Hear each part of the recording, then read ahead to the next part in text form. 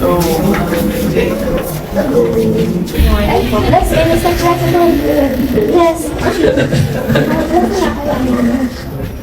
Pasensya na po kayo sa aming makalat po maraming bata. Ay, taga yung mo, kaya alam na alam ko yan.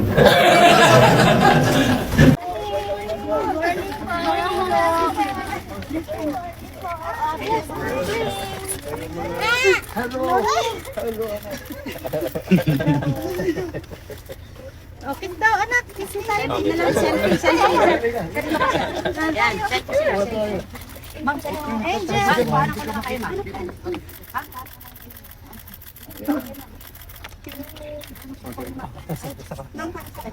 Naka-video eh. Yes, Mr. President. Yes. Pasensya na po kayo sa aming makalat po maraming bata. Ay, taga yung mo, kaya alam na alam ko yan.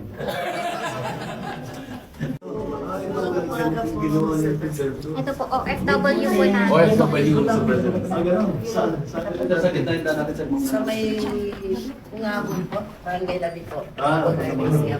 Pabalik na. Sino nag-OFW sa inyo? Nasa, saan siya? Europe po. Okay, wala ito sa gera. Ito, si Ma'am Elsa po. Isa po siyang, isa po siyang public teacher natin. Ganun ba? Baka po kayo. Sige nga, gusto lang namin silipin. Sige po. Nag-less ko na. Yes, yes. Ayan, good.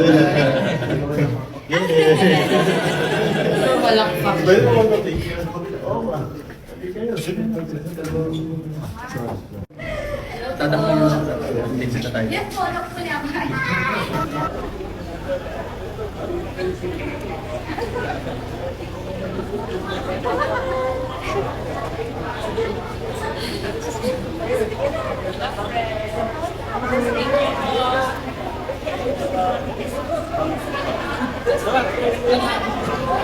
Selfie na.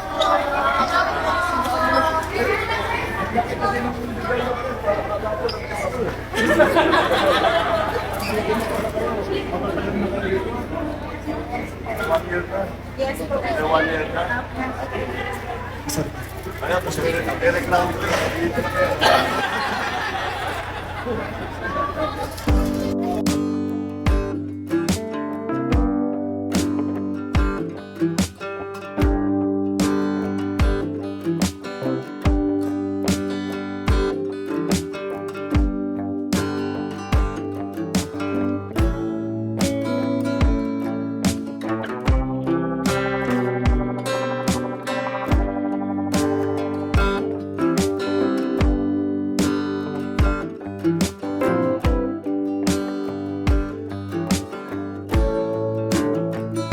Na napakalaking bagay na makatanggap kami ng 200,000 para sa aming barangay. Ito ay malaking tulong para sa mga estudyante na kapuspalad na makapagtapos sa kanilang 4th year. Yung aming mga daanan para din makongkreto din. At higit sa lahat, yung street lights din na kasama na rin yung mga CCTV. Malaking bagay ito sapagkat mayroong kasing daanan papunta sa farm to market road na kung saan ay napakadilim para sa safety na rin ng mga dadaan.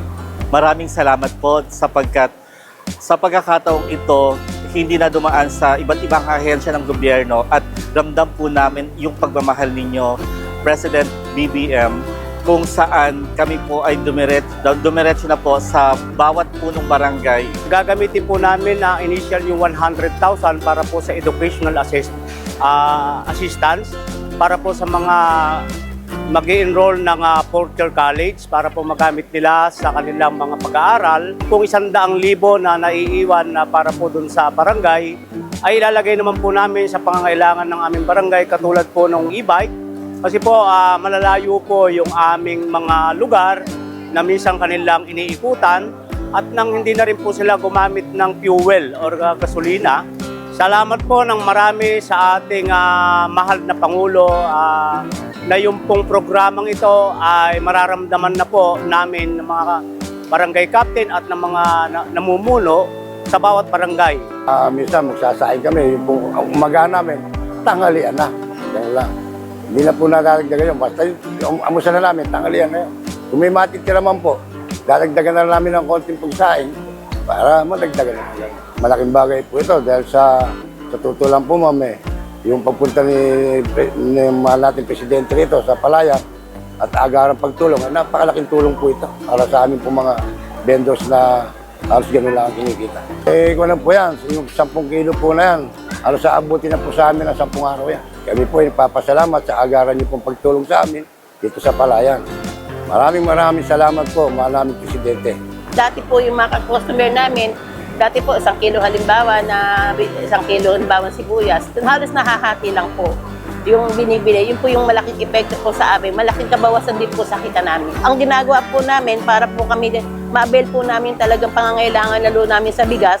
Ang Pangulong Bongbong po kasi meron po siya binigay na 20 per kilo. Kung ano po yung kinakain namin pati sa bigas, susuportahan dahil po doon sa binigay po ng ating Pangulong Bongbong na 20 pesos lang po ang per kilo. Malaking ano na po yun sa amin kasi lalo depende po yung po sa pamilya, pero sa akin po solo parent po ako, apat po kami sa pamilya.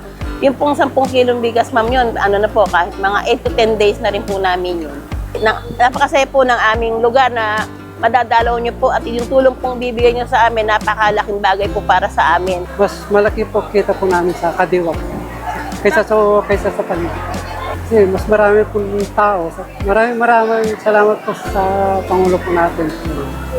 Malaking tulong po kasi nakakapagtinda kami ng hindi ganun kalaki ang expenses namin. Nakakapagtinda kami sa mall ng libre dahil subsidized kami ng government,